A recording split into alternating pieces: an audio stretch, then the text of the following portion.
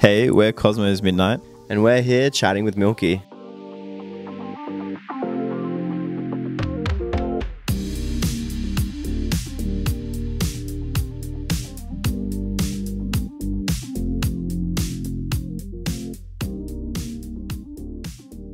So I reckon between, our first record and now, we've honestly just become a lot more comfortable with ourselves, with our music, being out in front of people, taking some chances and just really figuring out what we love when it comes to writing music. So I really feel like, playing as a band, Cos hopping on the bass, me on keys and vocals, kind of front-manning the whole situation. We really brought that back into the record. So, with Yes Year, I was singing on a whole bunch of stuff for the first time. And then on this album, it was sort of like bring our experience playing as a band back into the writing process, and that's something we really enjoyed with this, sort of jamming it out, feeling it out, rather than sitting on the laptop and clicking through loops and all the boring stuff. We're just really writing from a more, I guess, emotional point of view. Yeah, and also just like looking back and kind of looking at a through line between all of our records, seeing what we love, what was maybe more of an experimentation at the time that we were really obsessed with, and kind of just tracking like emotionally what we stuck to and just we feel like was a good representation of our musical identity. And I think, yeah, this album is probably the best representation I hope so far, and maybe in 3 years I'll be like, maybe there's some of my favorites there too, but right now I'm just obsessed with all the tracks. I've honestly never like been so happy with an album after putting it out. Like often you get a bit tired of the tracks, but I still listen to them and they feel like almost like I'm listening to someone else's record. So it's really fun. I like to sort of pretend that I'm listening to it for the first time and just whack it on the Spotify in the car or whatever, and just listen end to end and sort of try to put myself in the mind of like, someone who's checking it out for the first time. I'm like, yeah, pretty proud of this. So yeah, it's in a good spot right now. So the album, it's called Stop Thinking, Start Feeling, and the whole idea of it is to kind of get caught up in this musical experience that makes you kind of forget about all your issues, worries, concerns going on in your life at that moment. So it's like when you're out and about and you're listening to some music that totally makes you just immersed in that transportative experience where you can forget about all that. We wanted to really tap into that feeling and write music that essentially, we were listening to Daft Punk's Random Access Memories, and there's a song with Pharrell on it that's called Lose Yourself to Dance, and that was sort of like a concept we had in our back pocket while we were writing this album. And yeah, we kind of just thought about that a lot while we were writing it. So I guess other than that, this album was written across, LA, London, and up and down the coast of New South Wales over like 3 years.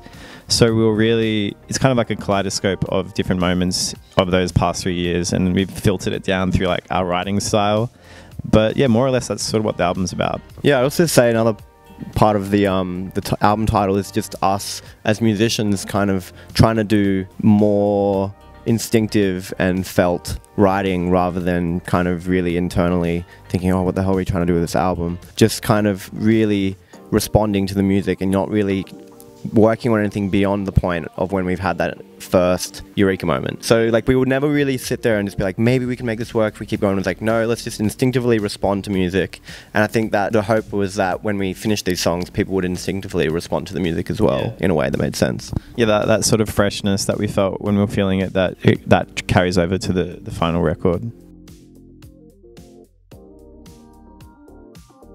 Honestly, I'm a big, I respond really differently to different environments, and I think it's not just a sense of who you work with when you're in these areas, but just what the sense of place you get. Like London is very, urban and a crazy melting pot, but also has really peaceful pockets. And we were writing, I think in Lower Clapton, right? Yeah, like around Hackney, which is like a nice area. It's very, there's lots of beautiful things to do, lovely parks, and Jamaican food. We had one outside our studio that we were just popping into every day, get some jerk chicken off the Surly Grill Master, and it was just, I think, you find that these things work their way into your music over time, like almost subconscious like diffusion into the writing. Yeah, it's really, I definitely feel like basically I feel like we try to surround ourselves with people and an environment where it sort of reflects in the music. So like for our album before this, we wrote most of it at like a beach house, and I feel like you can really hear that in the music, like super summery, sunny stuff. And the same with this record, this album, we wrote most of it up and down the coast of New South Wales, so it's always got that kind of salty, sunny feeling. But I really feel like it was more like the artistry of people in LA and London was really pulling us into different spaces. That was really exciting. So being on the ground and actually in the rooms with people and being able to connect with them, you know, as friends and then as musicians as well, that was really just like a new element that we'd never experienced in writing, because, you know, usually it was just some really dry email thread where it's like, hey, like, this is cool, send me another pass of this demo, and then, you know, back and forth a bit until it's done. But this way we're actually like really able to connect fundamentally with these people and write some cool music. It's also more responsive, you know, when you go over emails, you sometimes have days or weeks between them. And this is like, you're in the room and you can really respond minute to minute or second to second on like, and inform each other throughout the process. You're like, this is great. You know, you can really feel yourself working together towards this common ground. That's just so exciting to be able to do in person. Yeah. So writing in person is invaluable, and I'm really lucky to do that across, you know, America and the UK. Kind of always start differently. You'd think after all this time we'd have, you know, a routine. We go in and like, oh, let's listen to some drums, let's listen to maybe some samples or some music that we want to, you know, take inspiration from.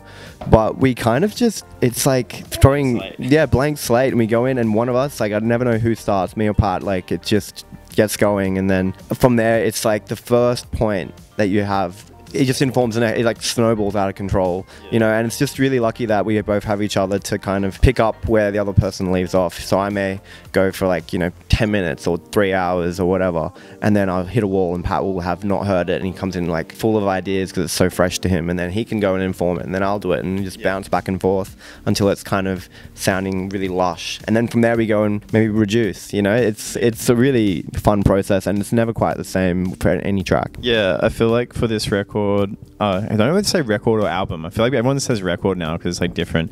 Album, for this album, we were really figuring out what we were going to write. It was honestly just a moment of becoming fans of music again. So we're listening to, you know, we've been doing this for like a decade now, and when we started out, there's this whole like wide-eyed sense of discovery with writing. And I feel like when you've been doing it for a while, you sort of know the tricks of the trade, and you can kind of get not jaded, but just a little bit like, I don't know. Yeah, so it was like we wanted to get really excited about music, so a lot of it was just finding music that really inspired us, whether it was from like the 60s, 70s, 80s, listening to a lot of like psychedelic, funk, disco, pop music from that era. And then we ended up kind of having a total moment of listening to 2000s dance music, like late 90s, early 2000s dance music, like Chemical Brothers, Daft Punk, Fatboy Slim, especially stuff coming out of like the UK, and like, you know, yeah, Stone Roses, yeah, like late 90s Britpop also. I think we didn't really take much of that sonically in, but we just loved this like the way they could like write tracks that feel timeless and, you know, just stand the test of time. Yeah, it's the big part of writing this record was trying to write music that we feel like wouldn't be stuck in an era or age poorly. And yeah, we really like the concept of writing timeless music, so we hope that this music, when you look back at it, you know, in a year or in 100 years, it'll be like that works right now in this moment.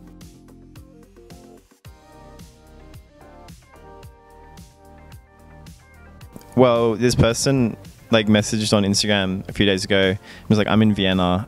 I don't know when you're playing in Europe next, but just like let me know and I'll come to a show. And I was like looking at the closest one. I think it's going to be like in Germany or something. And I was like, it's like a 17-hour train trip. And he's like, oh yeah, I'll do that in a heartbeat. So, and I think, yeah, he was the first time listening to us was with this record. So I guess, yeah, there's been some new heads turned in with this one, which is awesome. I reckon of this album, my favorite one is maybe, probably, I really like Chance on You with Kuchka. That one, I think when Cos came up with the bass line for that, I kind of like, yeah, freaked out. It was really cool. Yeah, for me, it's hard, but I'd probably choose Two Kinds or Fantasy. Two Kinds just was a space that we really wanted to explore with this record. It just tickles like that, you know, Fleetwood Mackie, Princey, Empire of the Sun, just like classic tracks, and we really wanted to try and get that across in our song. So that one and Fantasy, because Fantasy is just, it was just so much fun to write that one. It's very dense and layered and fun, yeah. So Fantasy would be Fantasy or Two Kinds. With our live show, we really wrote this album with that in mind. Like, we really wanted to have this show that would kind of translate the mindset and the feeling we had while writing this into a live experience. So we want people to leave this show, you know, fiending for another go at it. But also we want them, while they're there, to completely be immersed in the moment and not, you know, be thinking about absolutely anything other than the music, and sort of that elation. And you know, when you're just singing along to your favorite song, and you just, you know, I was like, you know, at Splendor 2 years ago singing along to, like, you know, Holly Humberston, and like I want people to feel that way. So where you're just like totally lost in the moment of, you know, vibing out with your friends in that. Yeah. Also, like, you know, we've been playing as a band for a couple of years now. I think maybe 2019 was our first, or maybe 2020. And just like, we've been really like kept our same bandmates who are like good friends of ours, Timmy and Hassett, shout out to them. And like, just us continually working together is always good. It's building and building, and we just bring new things to the table. Hassett's a great drummer. Timmy's just an amazing musician on top of being a guitarist, and we're currently, you know, we're all working together to make this show super exciting, and just finding the moments that we really want to make exciting, where we want to bring it down and like let people have a bit of introspection or feel, you know, a bit more moody as opposed to just, you know, hype. So yeah, it's the show. We really want to span the whole range of emotions and just be like a spectacle, you know. Like, I want people to like we don't even have to be there. They're so excited, you know. It's just they're absorbed in the musicality.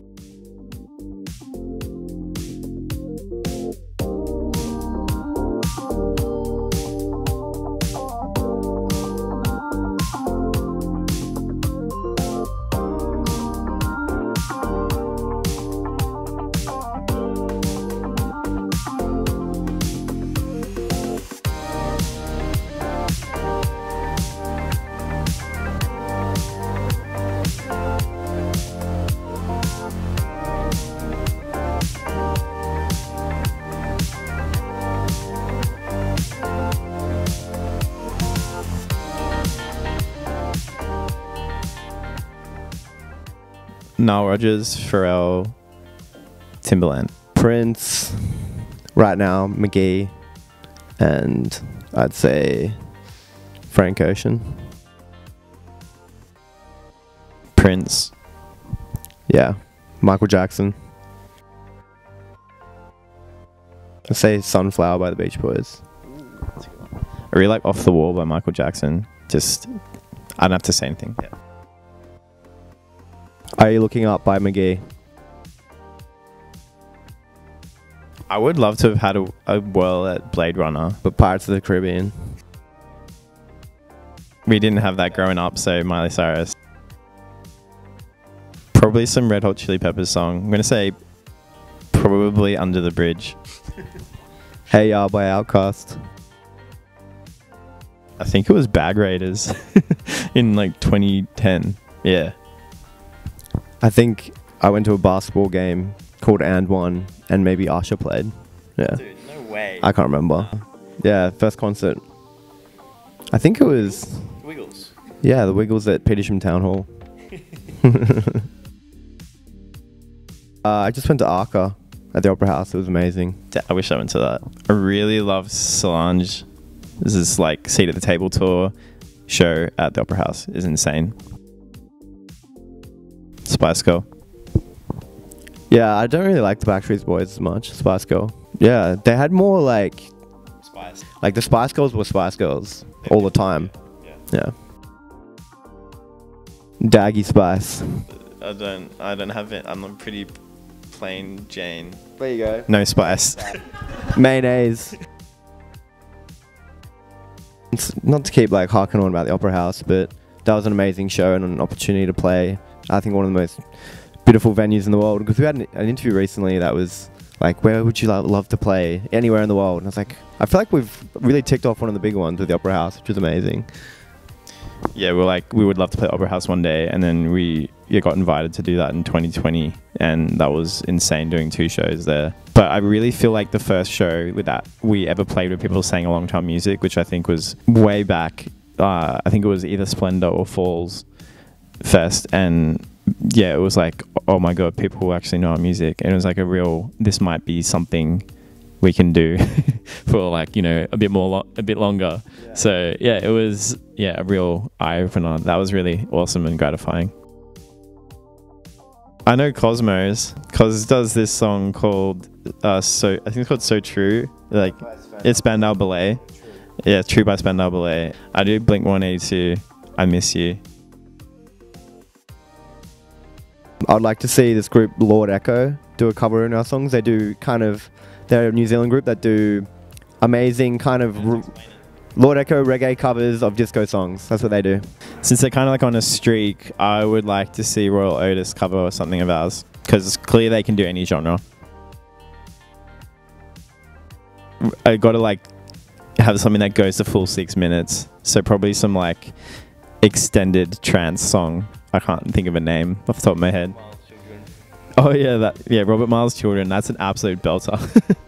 It's a hard one though, because I feel like, what vibe do you want to go for at the world's end? You know, do you want to go euphoric, ecstatic, going out with a boom? Do you want to go somber? Do you want to go like baroque, end of the world Genesis, like Bible book vibe?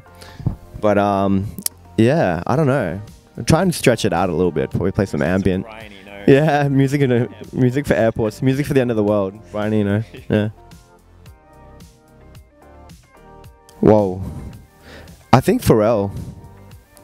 Yeah. He's done so well. And you can, like, despite how much he's worked on, you can always tell when it's him. He's written so many amazing tunes. He's been responsible for so many great artists, like, sounds. And still, like, he manages to have his own thing, but then represent the artist's identity as well, which is, I think, really unique. It's not just him doing their thing for them. Yeah. I reckon probably, like, weirdly, Rick Rubin probably... I would say to future me, 1 year in the future, pretty close. Yeah, just keep your head down as always. Don't stress the deep future. Keep the year ahead of you in your mind. That's all that matters. Yeah, I think I get pretty stressed out if I think like more than a day ahead. So I think I'd just tell myself to keep living in the present, and the past is the past and the future is the future, but the present is a gift. Yeah, that's what Master Ugwe always said. But huh? From Kung Fu Pan. Yeah, that's why it's a gift, because it's the present. Yeah. Yeah. What's that really great Japanese video with a guy? He's like standing in the water. And he's like, "Stake your life in the present." Yeah, I love that video. That gives me so much energy. So basically, if you can find that video, that's the one. That's what I put my life into. It was always a bit of a hobby, and we kind of fell into it somewhat. But when we had that moment when we were playing a festival and we realized that people were actually really responding to our music, and we thought that it was something that we could do for the foreseeable future, that's when I was like, music is something I love. We were already obsessed with music, but it was that point where it felt like it had become somewhat of my identity as well. Yeah, I think in some way I would always be involved with music, but I think we had that real eye-opener moment when we played that show, and yeah, we just knew that we could just do this forever.